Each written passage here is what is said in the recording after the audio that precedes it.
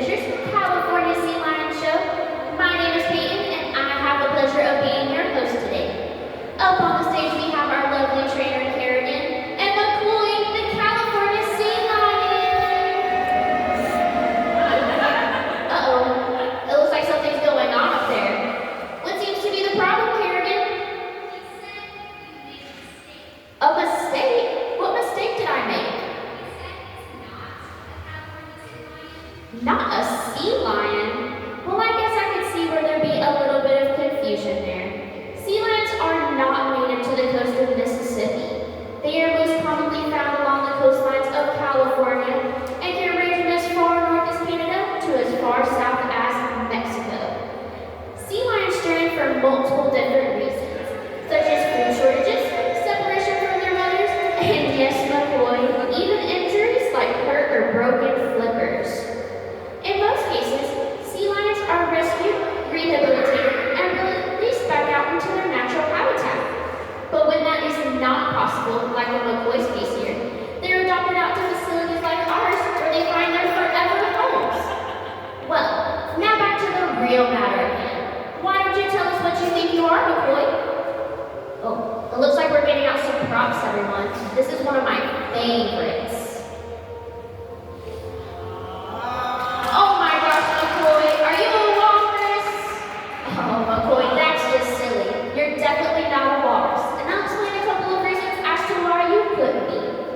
First of all, walruses can't eat their tusks like what you just did. I bet you don't even know what walruses use those tusks for. Walruses live in much colder environments, so they use those tusks to hook onto the ice to hoist themselves up out of the water and onto land.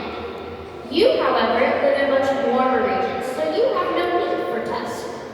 Tusks are also a walrus's upper canines, but you opening your mouth, we can see that you have the appropriate sea lion-sized teeth. Well, since we're taking a close look at your face, let's talk about those whiskers. So walruses have very short and dense whiskers, but when you show your whiskers off, I cannot but to notice that they're nice and long, just like a sea lion. Both walruses and sea lions use their whiskers to detect predator or prey in dark and murky waters. And now, on to my final reason that I know you couldn't be a walrus. Walruses weigh over 1,000 pounds, and you barely took the scale at 500. So there's no way that you could be a walrus. But why don't you tell us what else you think you could be?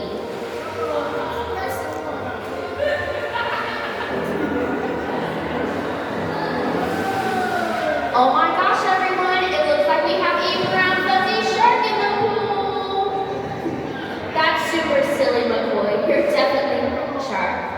So sharks are actually a type of fish. So they spend their entire lives in the water where you spend most of yours on land. Sharks also have a different adaptation called gills that help them to breathe underwater. But you, however, breathe air just like a sea lion. So there's no way that you're a shark.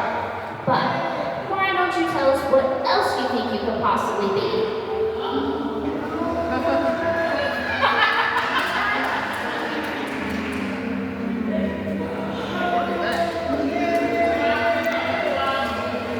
Oh my gosh, McCoy, is that your best seal impression? That's very close, but not quite right.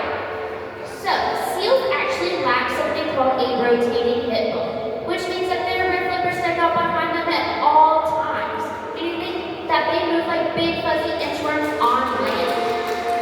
However, whenever you walk around up on the stage there, I can't help but to notice that your rear flippers are tucked underneath you, allowing you to walk on all fours, just like a sea lion.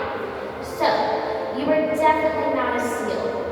Well, now that we have determined that you're indeed not a walrus, not a shark, and not a seal, I think we should give you one last chance.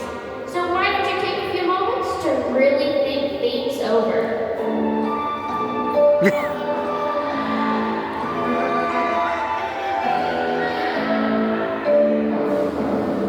All right, everyone. It looks like we've done a whole lot of thinking up on the stage there. Have we come to a conclusion, Kerrigan?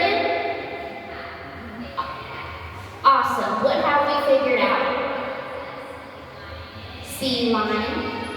Train.